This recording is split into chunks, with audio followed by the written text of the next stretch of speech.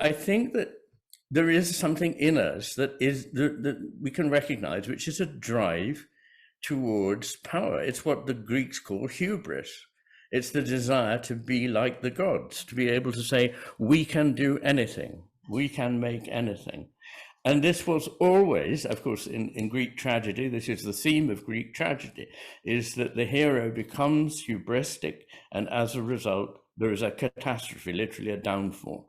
And this is how civilizations work. They overreach themselves. They get to believe they can do anything and everything. And as a result, they become unwieldy, they become less creative, they become more stultified by bureaucracy, and eventually they lose morale. I think that's a very important point, because one of the effects of bureaucracy, or too great bureaucracy, is that those who are subject to its control lose their morale. And this is the reason it's not very hard to, why is it so hard to recruit doctors and nurses and police and military people? Because they no longer feel they've got any autonomy or that respect for them as experts. Instead, they have to follow procedures set down by a sclerotic bureaucracy. And this, of course, is the death of everything except mediocrity and eventually collapse of a civilization.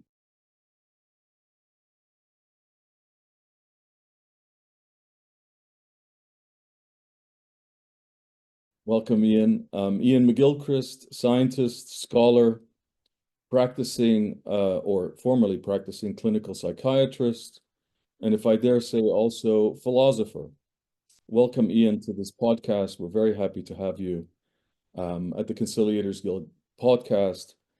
Iain, you're very well known for having written two books that have had a huge impact on a lot of people. The first is The Master and His Emissary, which I have right here. A book that, when I read, I must say, hit me a bit like a lightning bolt, because what it did, as I think it does to many people, is to reflect back to us some of the ways that we think that had not been quite crystallized in our minds. And I think by doing that, you really helped us see who we are, number one. And in that sense, that book is a strong and powerful reflection of ourselves. And the second book is The Matter with Things, a 2-volume set, also here. We'll show it to everybody. A fantastic trip from physiology up to the sacred and everything in between.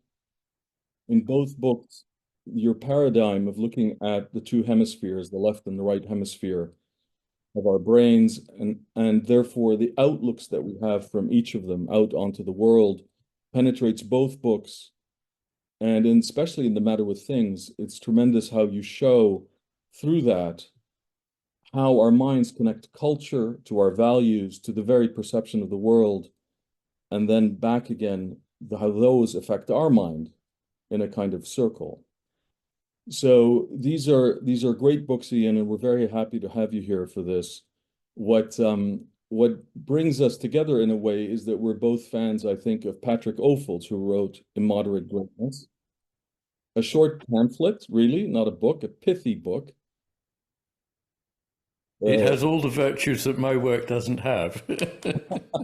Well, they're certainly different, but they both have a tremendous and powerful impact, both versions. And Patrick's the reason we want to speak to you today is that Patrick's book really makes a point about that civilizations decline, and when they do so quickly, and they very much do so due to overshoot. And yes, today we'd very much like to hear from you about your perception of where we are, where is our society at, why is it like that, due to your perception of things.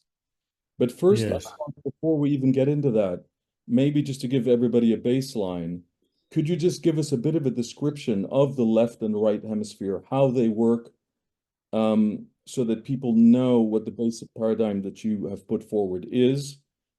And also importantly, why is it that we have these two modes of working? Evolution must have been that for a reason. Yes, yes.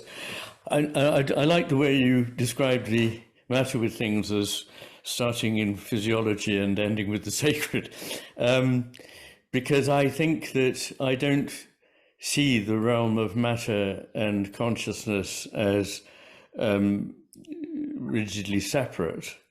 As a result, I see them as facets of one another. And what I might need to back away from slightly is the idea that what I'm doing is exactly explaining things. I think there's a sense in which I explain things, but it's by showing likenesses rather than saying this causes that. So I'm not talking about the brain as a cause. I'm talking about the brain as something that we need to take into account. It can talk to us about our own thought processes, and that's its importance for me.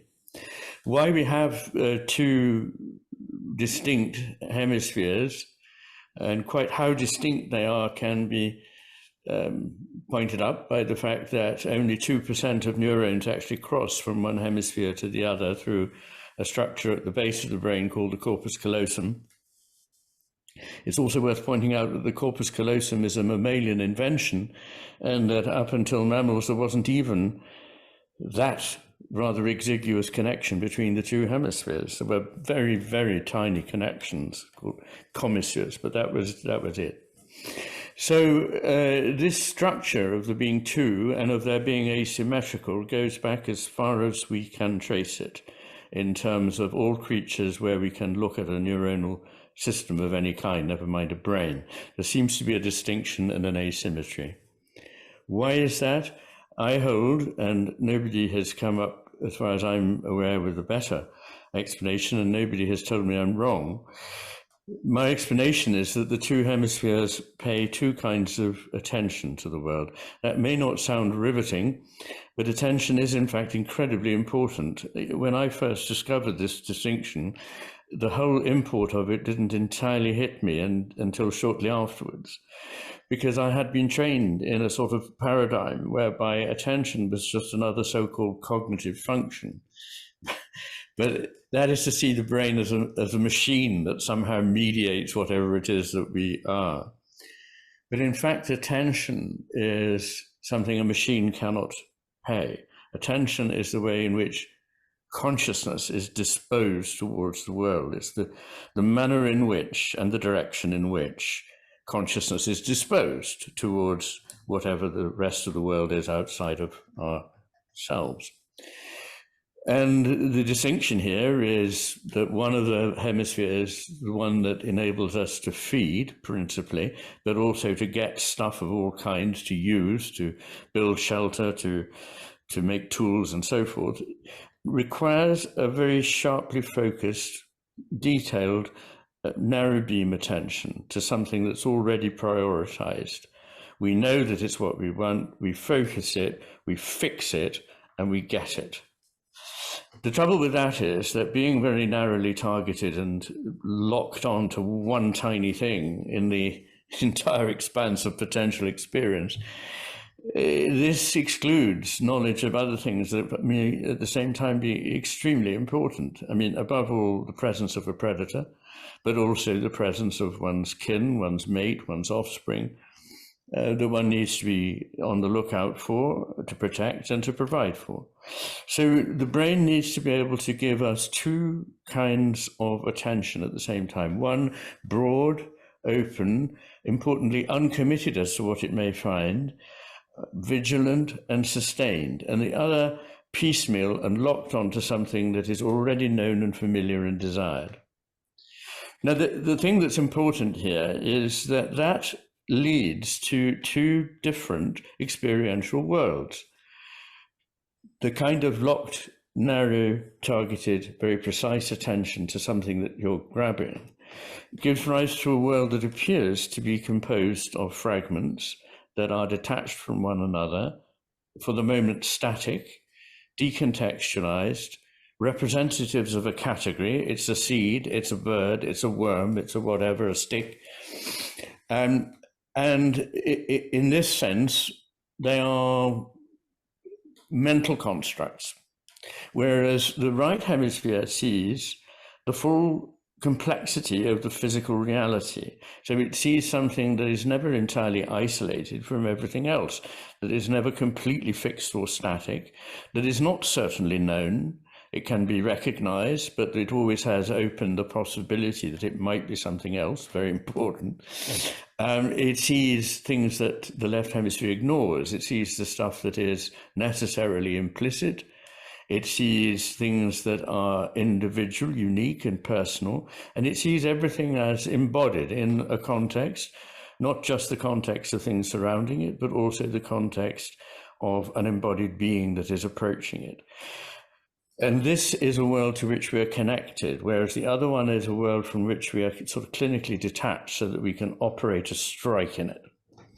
Now, you can see that these seem philosophically highly distinct, and I believe they are. And the interesting point, I think, about this way of thinking is that it is absolutely incontrovertible and not controversial amongst neurologists that there is this attentional difference.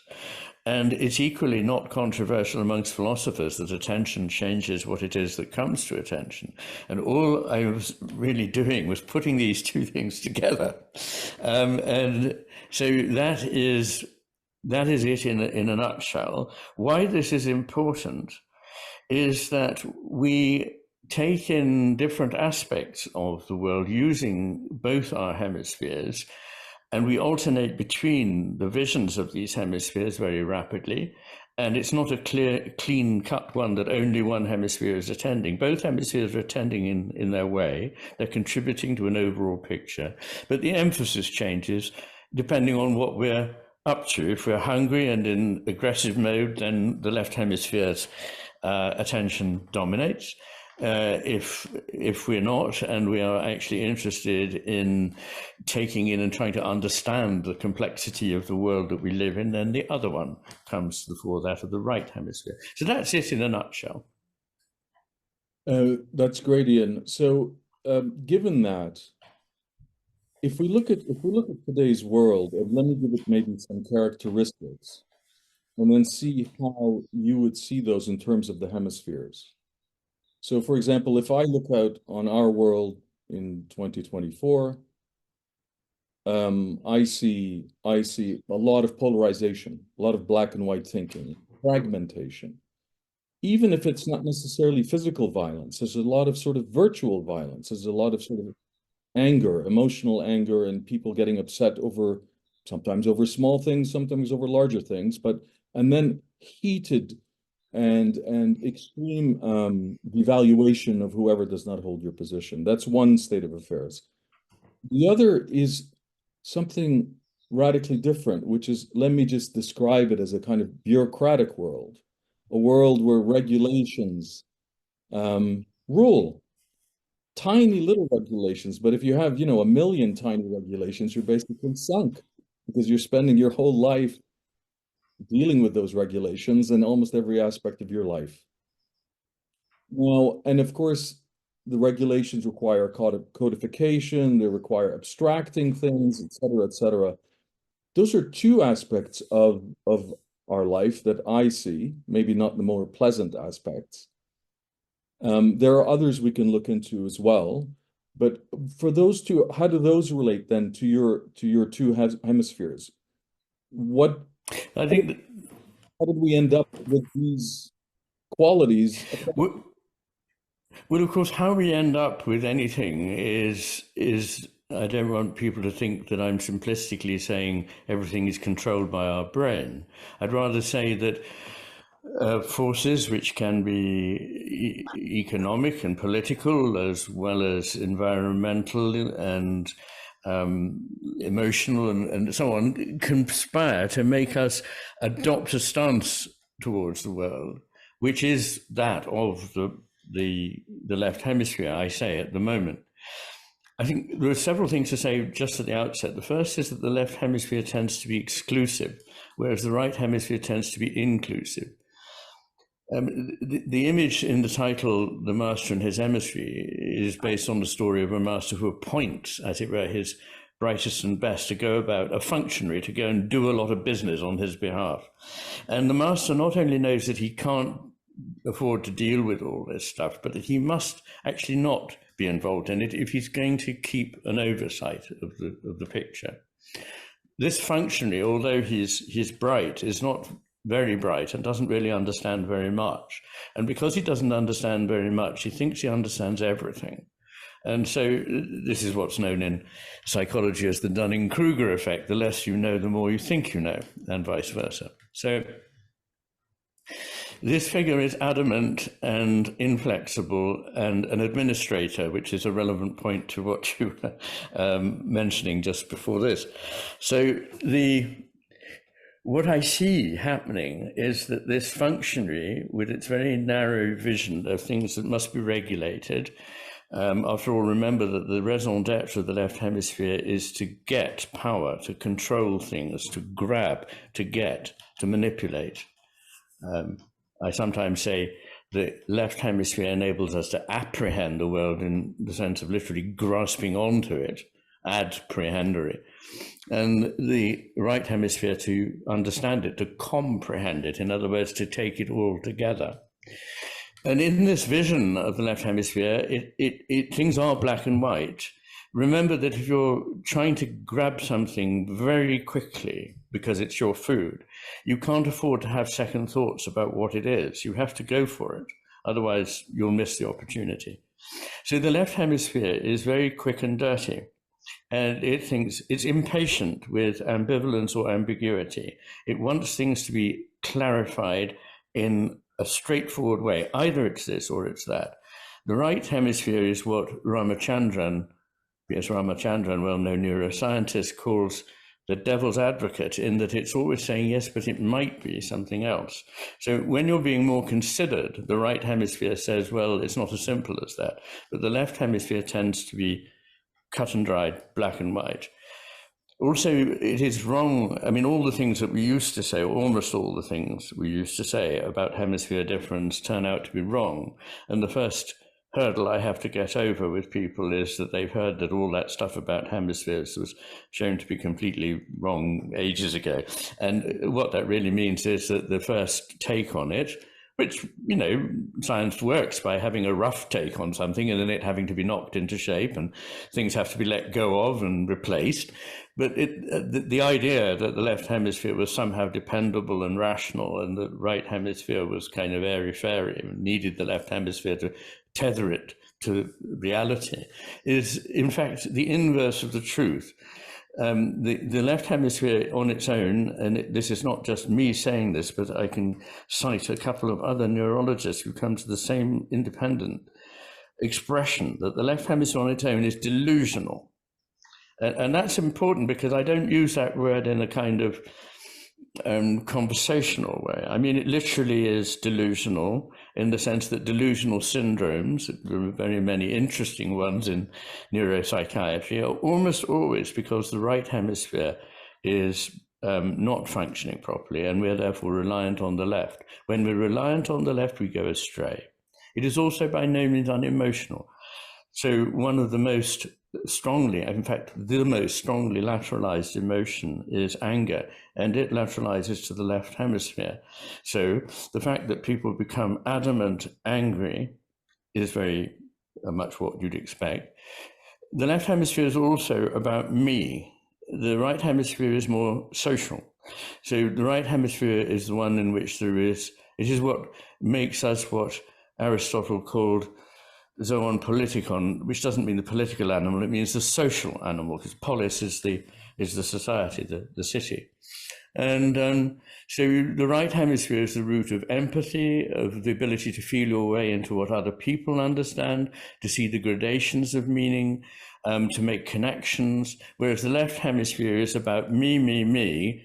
I need that, I'm grabbing that, and it's highly competitive. Now, there is a story, I just want to add this in here, which we've been told, that we are basically competitive beings and that evolution is all about competition. This is half of a story, and actually the lesser half.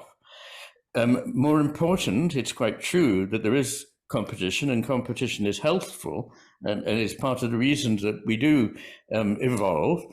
But the beings that have been successful in the story of evolution have learnt to cooperate. And there is what I call collaboration, where you marry cooperation with competition. And so these two hemispheres have different attitudes to the other. And the left tends to be, in that sense, a narcissist. It's an egotist.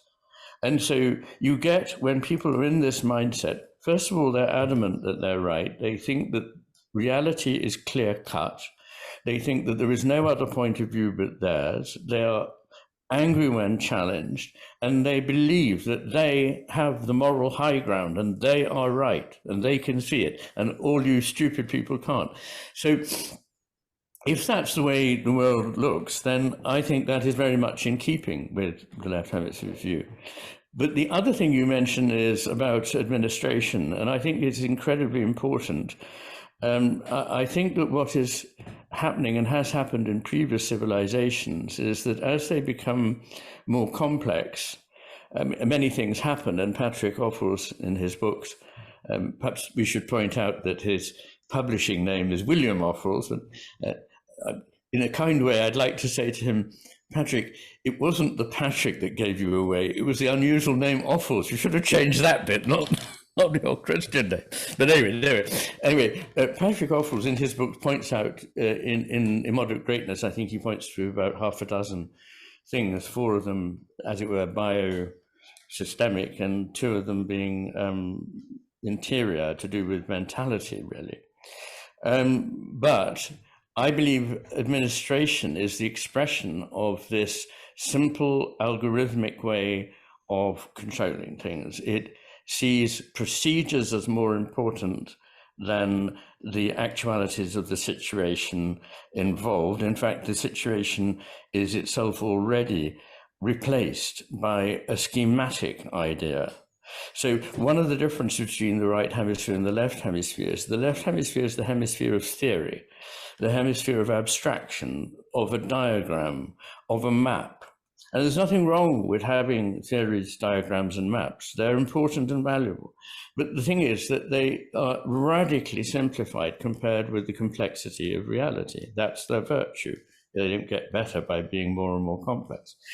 But the trouble is that it's mistaken in these systems for reality. So all the nuances, all the stuff to do with quality rather than quantity, all the things to do with the uniqueness of a case rather than the generality of it, all that is to do with the embodiment, the meaning of it emotionally, morally, and so on, is replaced by statistical norms that can be run, as it were, in the computer, or by people who image this way of thinking in the way that they administrate. And I see that 2 of the great attacks on the living world now are AI and bureaucracy, that the 2 of them are, in fact, a massive push by the left hemisphere to dominate the world. That sounds perhaps a little extreme, but when you come to look at it, it is remarkably consistent throughout the picture that I'm looking at of the world and the one that you're describing. What's interesting, you've put the focus on AI and bureaucracy, and Ophuls, Mr. Ophuls, uses, as I mentioned earlier, also puts a lot of emphasis on overshoot. But the reason civilizations collapse actually is because they do one thing well and they keep doing it too much until the whole system gets too complex and basically collapses of its own weight.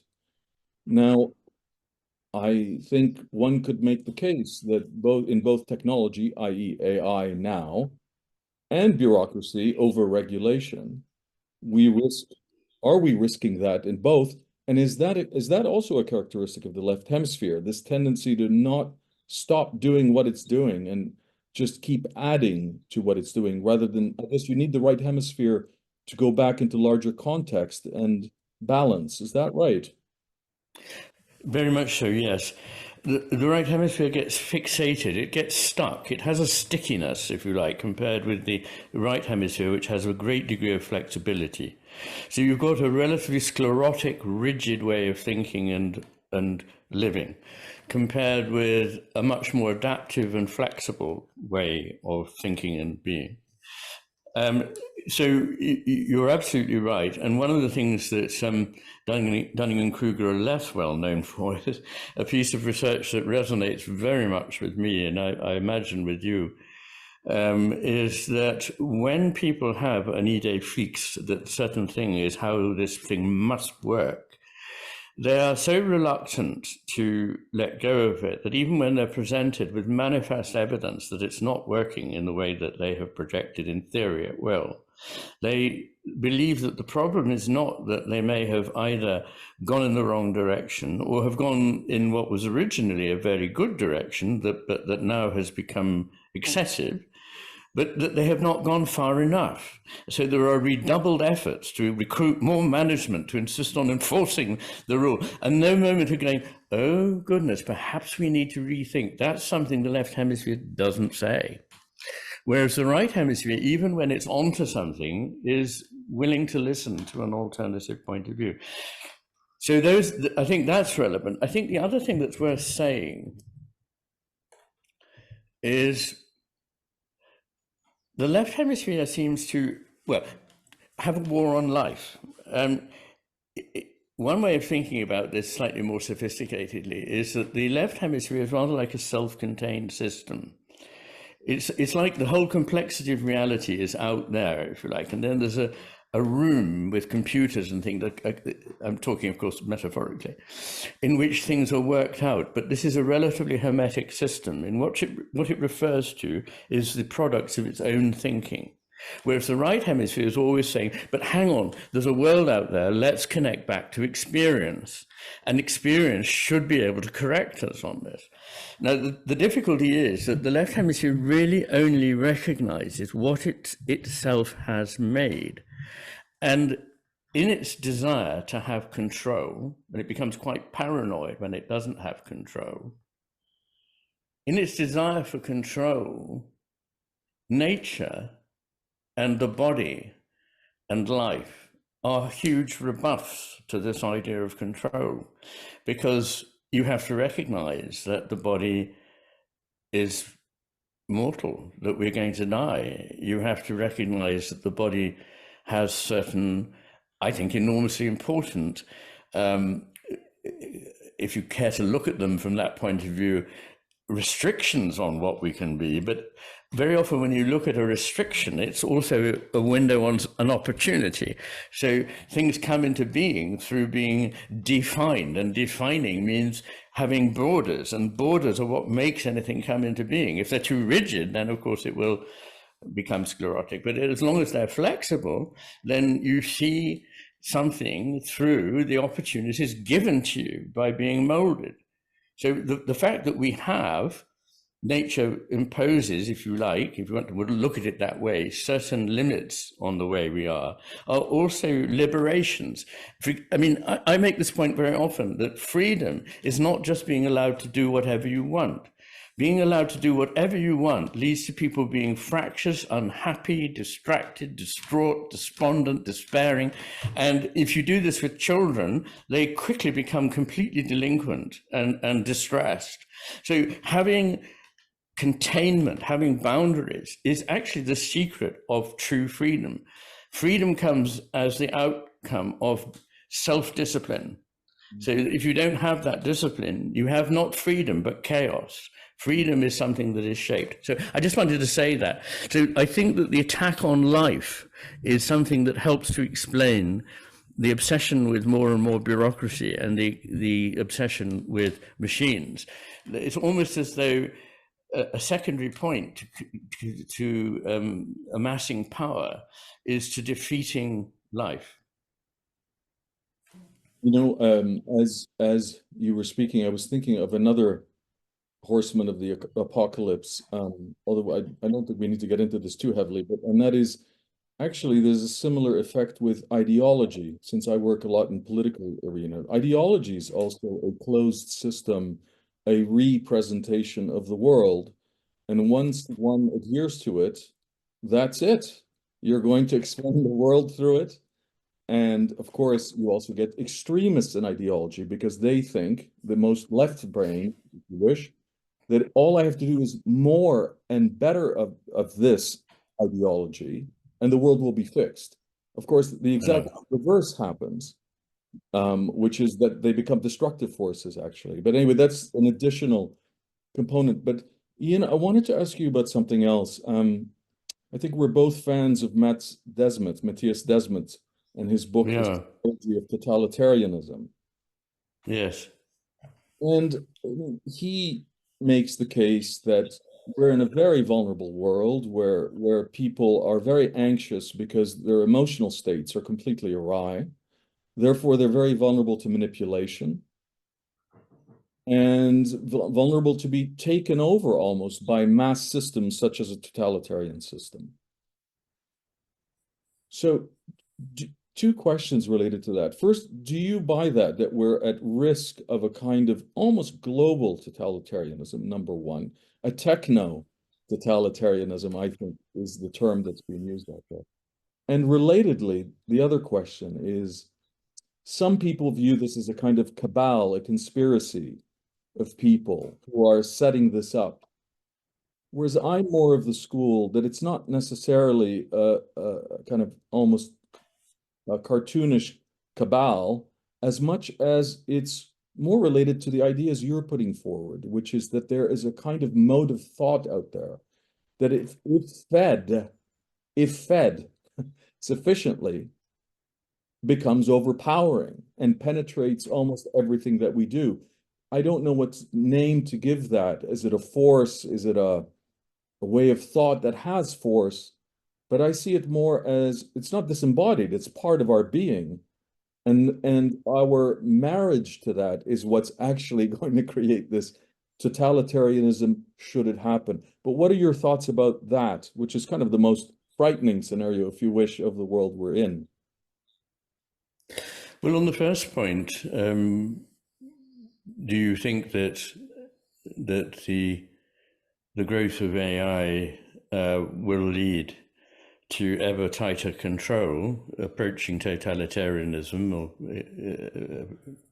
becoming, frankly, totalitarian?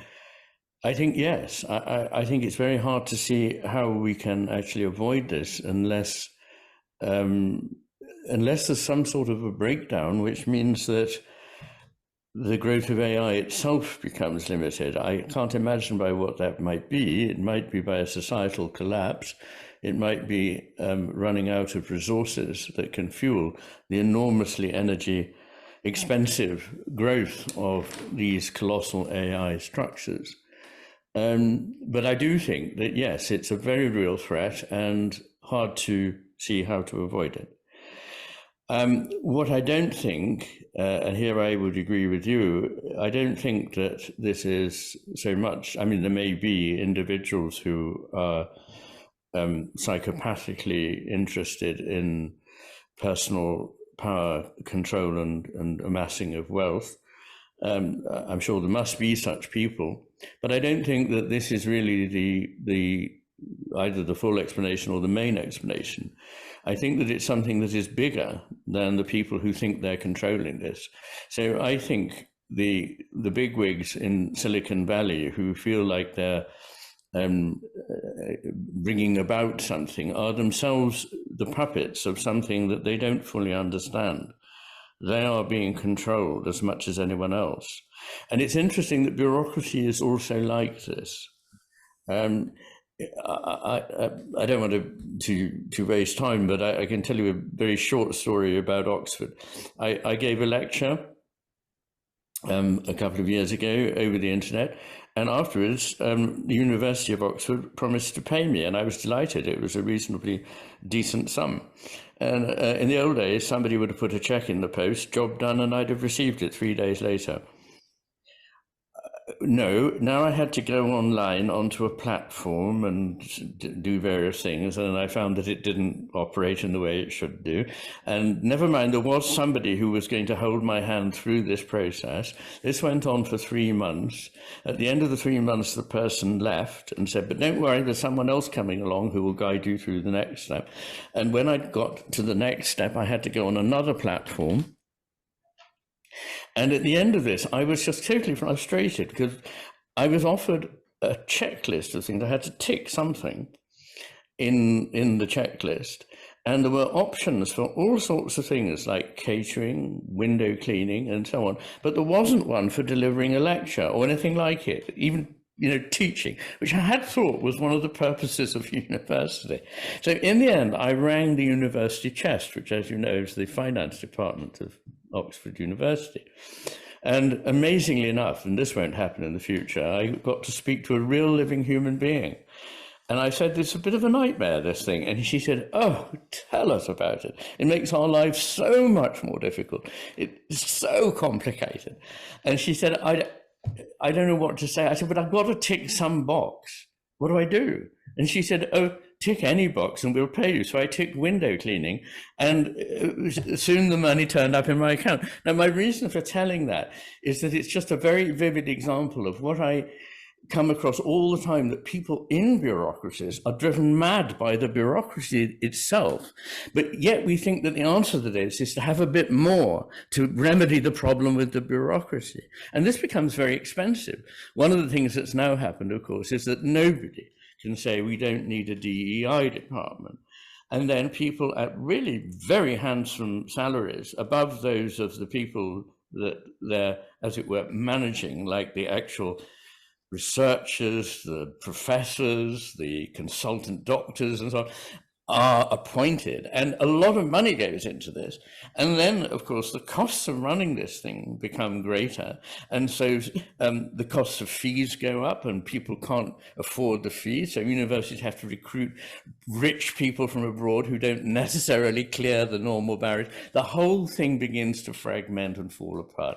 In the NHS, we have no longer enough money to do basic things because everything's become so complicated. There's so much admin around it. If you could cut through that, and it's just everywhere. So I see that as part of the problem, and it's a bigger problem than the people who are running it. And so what is it? Well, I think that there is something in us that we can recognize, which is a drive towards power. It's what the Greeks call hubris.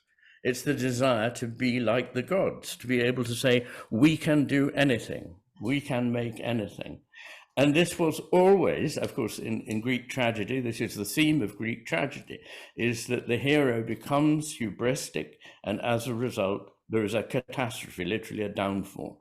And this is how civilizations work. They overreach themselves. They get to believe they can do anything and everything. And as a result, they become unwieldy, they become less creative, they become more stultified by bureaucracy, and eventually they lose morale. I think that's a very important point, because one of the effects of over bureaucracy, or too great bureaucracy, is that those who are subject to its control lose their morale. And this is the reason it's not very hard to, why is it so hard to recruit doctors and nurses and police and military people? Because they no longer feel they've got any autonomy or that respect for them as experts. Instead, they have to follow procedures set down by a sclerotic bureaucracy.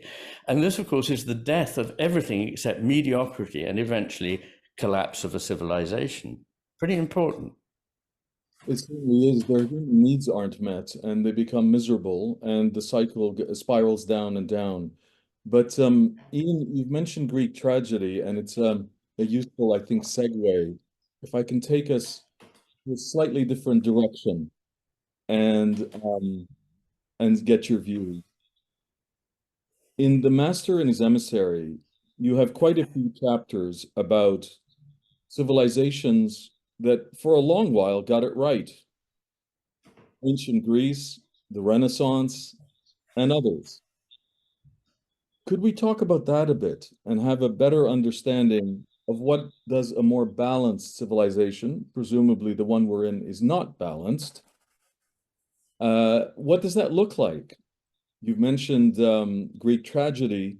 I remember reading in your book that the fact that the Greeks invented this possibility of being able to see themselves on the stage through character in a story was a tremendous, if you wish, balanced brain exercise, right and left working together. The same could possibly be said about Shakespearean theater in Elizabethan England. Tragedy and comedy, which I think are more right brain like emotions than anger, say, are hallmarks of Shakespeare. Good story, tremendous characters that we can all identify with, the ambition of Macbeth, the jealousy of Othello, etc. Again, theater. What else can we look for? What else are the characteristics of a more balanced civilization? Hopefully, one day we'll get back to more balance. I shouldn't forget to mention the Renaissance and the Renaissance man or human, which is something which I think you described as someone who seeks endlessly broader contexts to learn with and to learn and be with. So what can we learn from these civilizations? What are their hallmarks, Iain, on the kind of more positive side of things, rather than dwelling on our own? Yes. Yes. Well, of course, it's quite another question how we can bring them about. I think that in Immoderate Greatness, Patrick Ophuls says near the start, I think he's quoting Wendell Berry, I think, but saying that cultures are like organisms. They can't be engineered in a certain direction. They evolve in their own time to where they can. So usually what happens is that things fall apart and there's a long period before they regenerate. I'm sorry to be realistic, but the right hemisphere is realistic, whereas the left hemisphere always wants to live in some fantasy in which by its perfect control of things, it will bring us through. So having said that, what I think you're looking at there is ways of understanding ourselves which are not those of reduction, but of, instead of going to smaller parts, fragmenting, analyzing, and breaking up, you're seeing where something is situated in a much bigger context. And as you know, the Greeks had two ideas of truth. One was mythos, which gives us the word myth, and the other was logos, which gives us the word logic. And initially, mythos was thought to be the greater. It was the one that could actually help us understand the really big things. Whereas logic was a kind of slightly pettifogging business that would go on in a court of law in order to decide whether somebody owed somebody money or not. That was never going to get you to the deep realities. And in some sense, this is a very important insight, that our big truths are not encompassable in simple everyday language. It's too explicit. It's too much brings us back to the everyday that we already know. And the secret of understanding is to get beyond what we think we already know, to be aware of what it is we don't know. It's a very dangerous situation when you don't know what it is you don't know. And that is the left hemisphere's typical status. So when we think of the things that make life worth living, they are things like love, sex, religion, nature, poetry, art, music, ritual, myth, narrative. None of these is well understood by the left hemisphere because it's always trying to make everything simple and explicit. Whereas the whole point of these other things is to not be collapsed immediately into a banal certainty, but to try and bring us into the presence, the living presence of something that is beyond that and help us to see it. And what I think is important about drama is that at its very best. And in the Greek tragedies and in Shakespeare, you see it as its very best. What we are seeing is, as has been said, Shakespeare holds a mirror up to nature, that we see ourselves in a way that we can't see if we're locked into ourselves, but we can see ourselves in a rounded way, not in a mechanistic way according to certain principles. And my brother, I might mention, Nigel McGilchrist, is principally an art historian, but he's written a fabulous book about Pythagoras and the Greek world. And the point that he made was, to me, a great eye-opener, that the Greeks were a civilization that started without, as it were, a state religion. This is not true of Egypt. It wasn't true of Rome. It wasn't true of, but Greece actually started without a body of sacred beliefs that it was going to follow. And it instead of developing either a religion or a specific philosophical structure, it went on to produce philosophers, of course, was drama. And as it were, knowledge was played out in drama. And it was this gave us an understanding of what humans are. Now, the problem I feel is that we're so much in love with the idea of things that will make us powerful and make us money, that we have prioritized what are known as the STEM subjects over the humanities. And to me, that is a huge problem. Not that there is something wrong with the STEM subjects, and I myself am particularly fond of, they're not very good at, mathematics, because I think it's an extremely beautiful realm. But these things are not an education. They are mainly the learning of procedures and techniques. Maths at its best, isn't it? But the STEM subjects broadly, technology and all these things, they are engineering. They are ways of learning procedures and techniques and so on, but they don't tell you about humanity, and they don't tell you about how to think and how to feel your way into an understanding of something. And so they reduce us to this very, very much more limited left hemisphere world. And I should just throw in here that in the first part of the Matter with Things, as you know, it's devoted to neuropsychiatry and neuropsychology.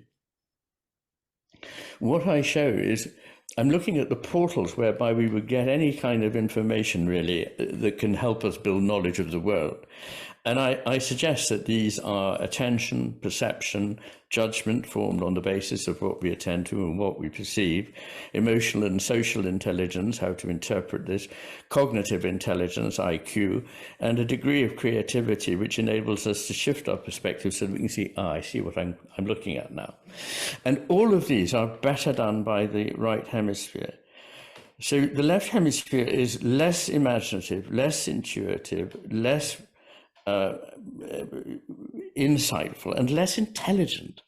So the trouble is that by doing this, we're rendering ourselves less intelligent, less imaginative, less creative. And I think the evidence is around us that we are certainly not getting more intelligent, more insightful, certainly not more wise, and not more creative.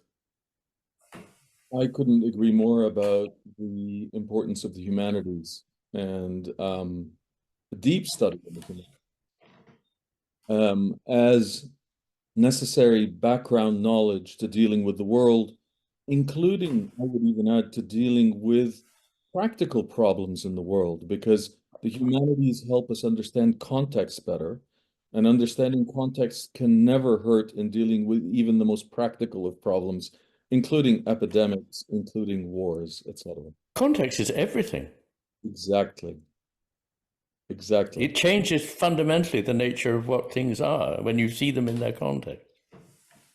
Well, you have this wonderful description in, I think, the Master and His Emissary of a mountain. And you say, well, what is the mountain? Is it the geology of the mountain? Is it the perception I have of it? Is it in the mountain of the painting? Is it how it's used? It all depends on the context. Yes, and the kind of attention that you pay to it. If you pay attention to it as a resource, you see one thing. If you pay attention to it as a landmark, you see another thing, and so on. It all depends on the attention you pay, and it changes the world, which is why I say attention is a moral act. It brings the world into being, and therefore has effects on the world and on us. Iain, there's just a few more ideas I'd like to explore with you. before we end, but they're important, these ideas. Which I think in the end are ways out. And when I say ways out, I don't mean that tomorrow we can exit the world that we've created at all. But I think we can expand the number of people who think in new ways and hope for the best in that sense. Absolutely. Two ideas that you present in your books that I think are important is one is an idea of circularity, the idea that the world is not linear, and although it's partly linear, I should say, it's not linear, it's only partly linear, and it has a circular or even possibly a spiral dimension to it, where things return and they evolve in a fashion that's much more circular than a simple sequential line. And that applies to the rise and fall of civilizations and of societies, and it's something to keep in mind. That's one notion. The second is one that has intrigued me since I was a youth, but you have a whole chapter in it in The Matter with Things, and that is the coincidence of opposites. Oh, yes. And the reason I'm raising this is because I think you say that opposites, well, the world is full of opposites. There's almost nothing but opposites. They define each other. They need each other to come about. They cannot exist without each other. And yet, when we were discussing polarization, we're living in a world where increasingly one side wants to annihilate the opposite, which is, yes, in some ways, if one buys into what you're saying, one of the most destructive acts possible, because you're destroying yourself in the process. Yes. How important are those notions as these are difficult notions to just, one really needs to read your books, frankly, to understand them well. But how important are they in your view in moving forward? I think they're both very important ideas. I'll just say a little about them. I think it was Alan Watts said that trying to have a thing without its opposites is like saying, I only want mountains but no valleys. If you think about that, you end up with a very dull, flat world. So you need these both. They define one another. And they also, interestingly, if you're not aware of the fact that they share far more than we imagine, we're not aware of the dark side of the things that we pursue that we think are good, largely because we've decontextualized it and we've done it for a while and it seemed good, but we therefore make two completely irrational conclusions. One is that more will be better, which is not necessarily the case. And in fact, because of the way in which things circle, doing more may indeed cause collapse. Indeed, that is Ophuls' theory about civilization. So there we are. But also, we may not see necessarily the good things that we are demonizing. These things that we demonize may have an element of something rather important in them.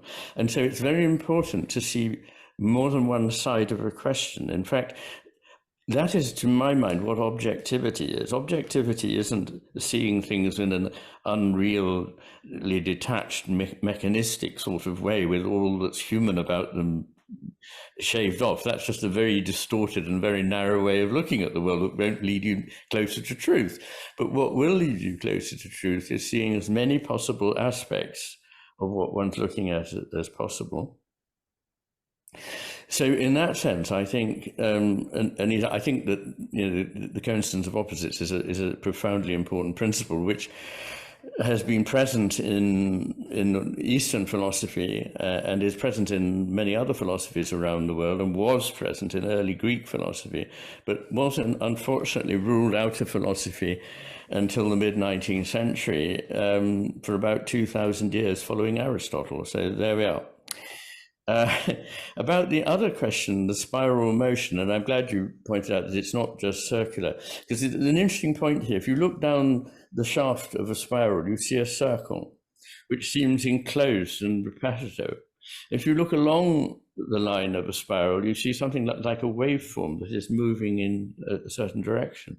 And when you put them together, you have the spiral, which is both moving around and moving onwards.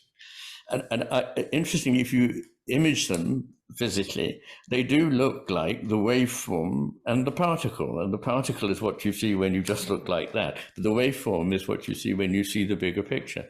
So what that means is that things do not tend to work in straight lines. I say that not only is space known to be curved, but mental space is curved. But the difficulty is that seeing this requires already taking a bigger picture, because when you're stuck wherever you are, it only seems that you move onwards in a line. I mean, a good image is that if I look outside the window here, the world seems to me to be flat. I happen to know it's not. And if I followed it far enough, I'd come round the other side of the world and eventually come back to where I am.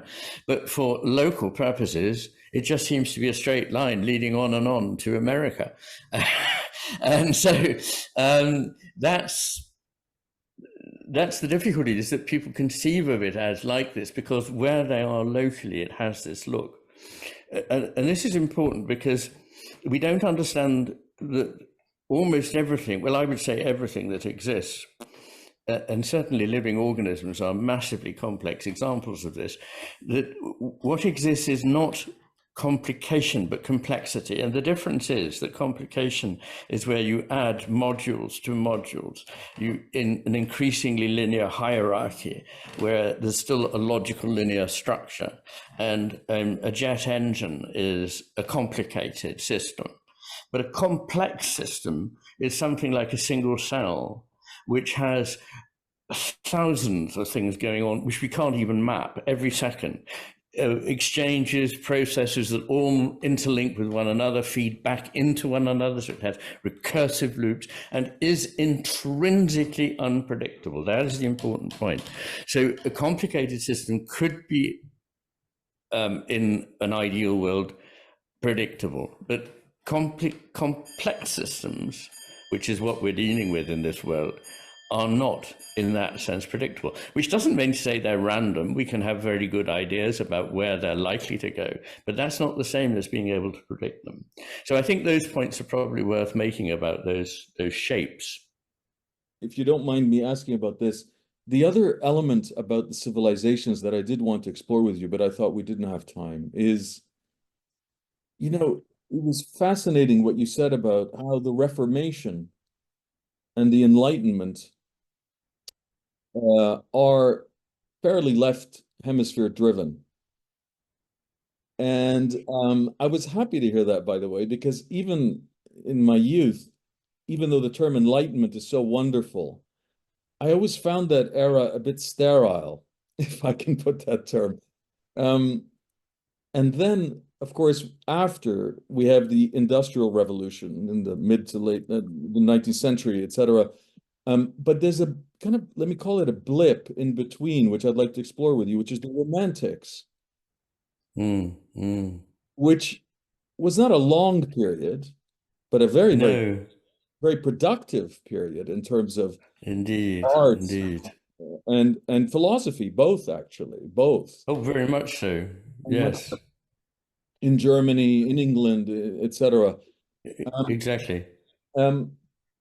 What is it about that Romantic period that struck you as something so interesting and that seemed more like a balanced Master and His Emissary like scenario about the Romantic period? I'm curious because, and maybe if you talk about the Enlightenment as well, as to why it is, unlike its name in a way, rather left hemisphere driven.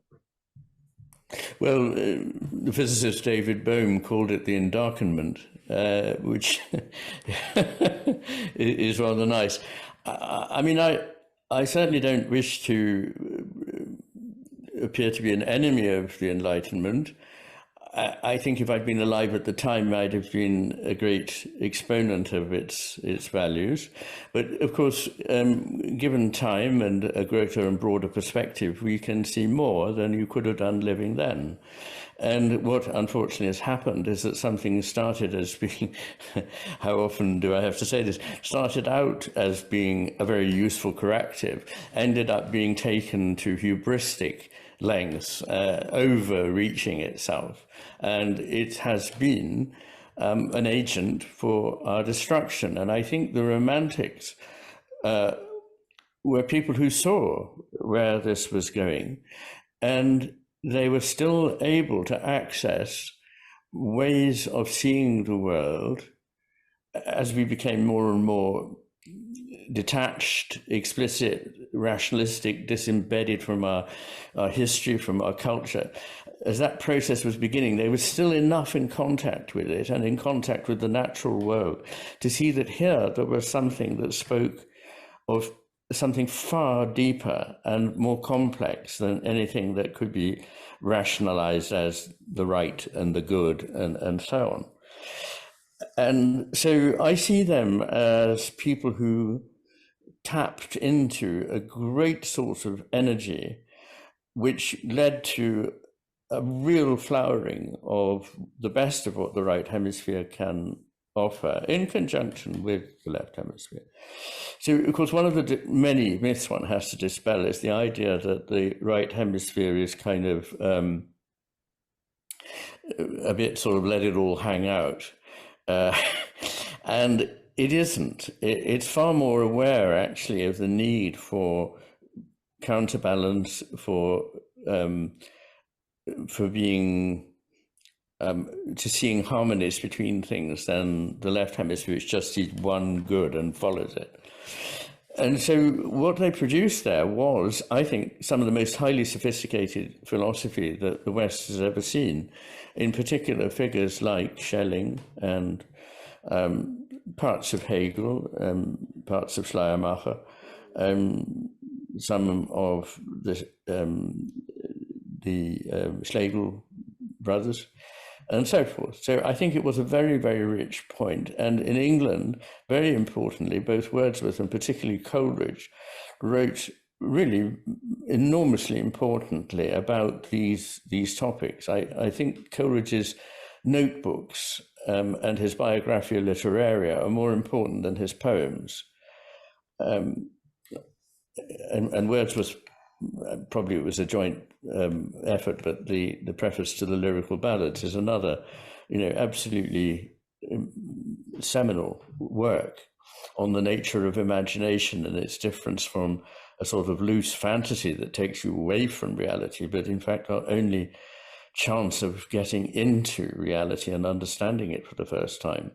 So this was a very, very rich period, and it did also produce a great poetry. And it's interesting that poetry and philosophy went hand in hand. They did with Goethe, you see, who was both a great philosopher and a scientist and a poet and playwright. And then people like Coleridge, who was a poet and a philosopher. Even people like Sam Johnson, who is an interesting and complicated and almost self-contradictory, but for that reason, really, really interesting figure, who was a philosopher of a kind, who was a poet, who was a playwright. And so at this period, there was this coming together of the arts and philosophy in a way that I think was very rich and fruitful. But then by the middle of the 19th century, things started to become more divided again. And, there was a division between the direction philosophy was going in, at least in some parts of it, and the arts. But there were still, and have carried on and become the seeds really of the best part of 20th century philosophy, the phenomenological philosophers. There were people like Nietzsche, who was mad as a hatter, but at times a genius. His insight was incredible.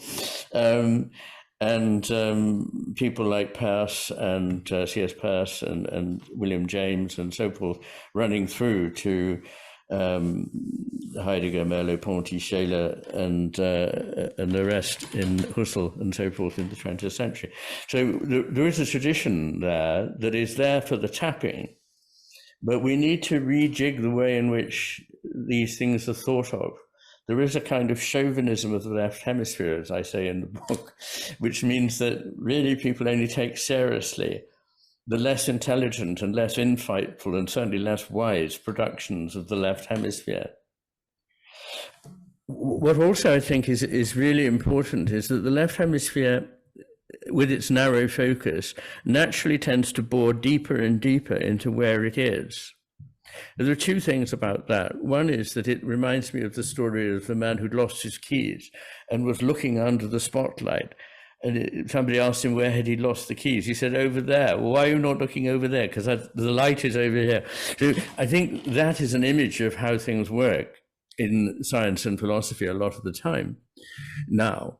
And I think the other thing is that we really only can understand highly specialized work, which is important and honorable and good and necessary, if we are also able to see a broad picture.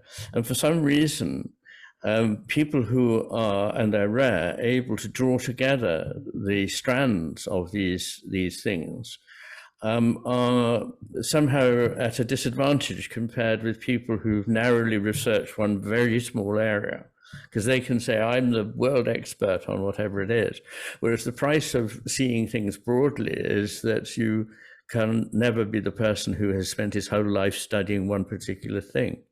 So we need to get back to a world that honors what you mentioned as the Renaissance man. You know, this is a very important idea. Well, and this linkage to ever larger context is ultimately even takes us to the sacred. In fact, one could make the case that the sacred is almost nothing but an ever-expanding engagement with an ever-expanding context. Ad infinitum. Maybe there's no end to it. Brilliant word. Yes. No end to it. And I think I've also heard you say, correct me if I'm wrong, that in fact, we almost absolutely need a return to the sacred as an essential shift in rebalancing ourselves. And that we are, in fact, doing the opposite. We are seeking material answers to spiritual problems.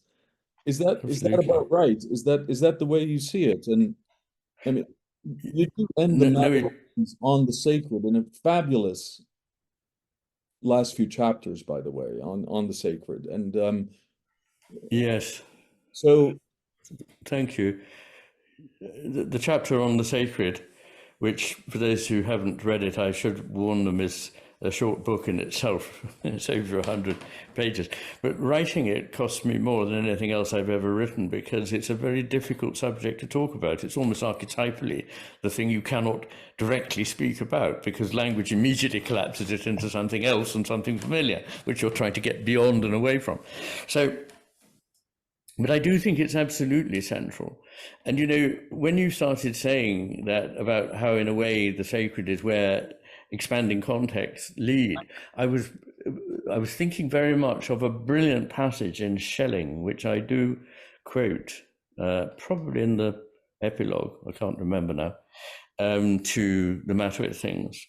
But in it, he says that when people have seen whatever it is they see in the light of the all, and he capitalizes the, well, in the English translation, it has been capitalized as the all, in order to get you to see that it is a deep concept.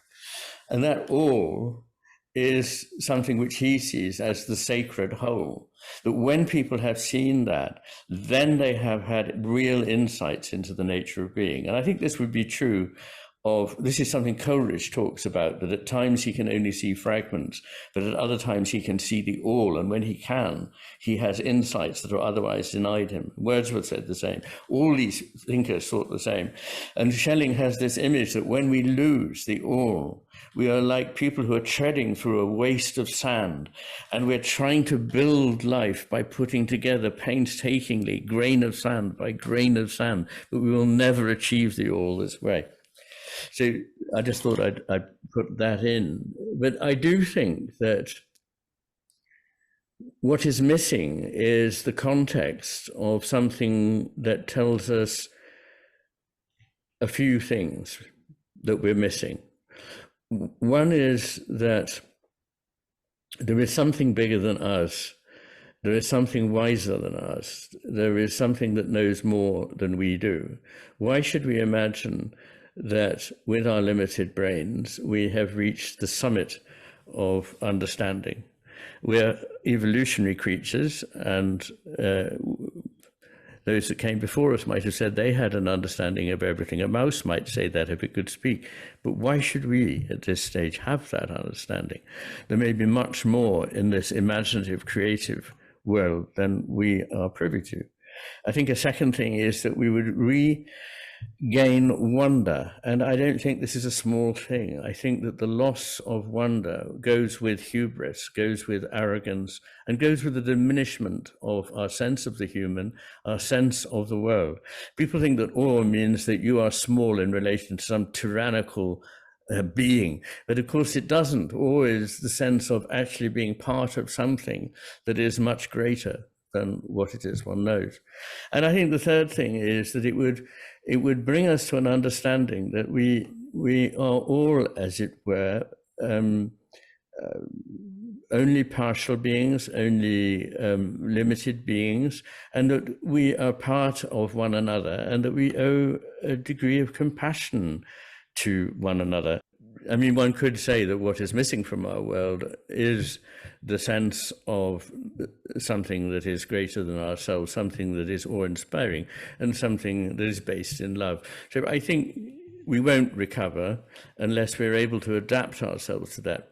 I was reminded by the fact that Dan Dennett died a week or so ago, and one shouldn't speak ill of the dead, so I won't. But amongst his other follies, he wrote a book called Breaking the Spell, by which he meant, of course, breaking the sense of there being a wonderful and sacred cosmos. And I can hardly think of a more profound missing of the right target. The spell that is being cast over us as every minute of our lives is this spell of the machine. And it's that we need to break. The spell of the machine. Interesting. Yes, it could well be. Well, of machine-mindedness, you see, it's the machine is simply a physical expression of the left hemisphere's will for power.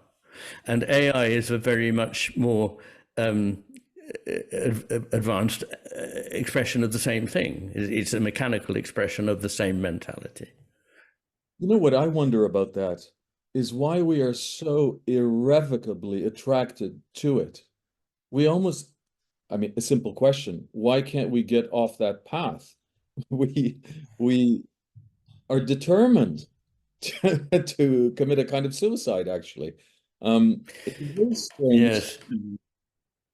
Not all of it. Yes, I mean, no. Well, here I somewhat disagree from Matthias Desmet on something he said recently, which is that we seem to have a sort of suicide wish.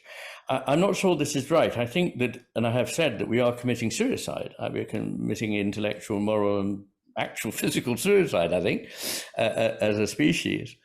But I don't think that it's a desire for death, because really everyone is desperate to live longer, to find ways of going into ever greater age and perhaps freezing their body. And there's a denial of death, which is, I think, a very unhealthy thing. Death is not the opposite of life. Death is part of the cycle, as you were saying, of the cycle that is the nature of things. And the opposite of life is not death, but mechanicity. And that is what is the danger, that life will be eaten up by mechanical thinking. So when he says that, I think that what's happening is that we are in love with power, and we don't notice, because we're so seduced by it, that where it is leading. So there are many myths in the history of the East and West in which people are deceived by an alluring idea. They were seduced by Circe. They were seduced by the sirens. They were seduced by the Pied Piper.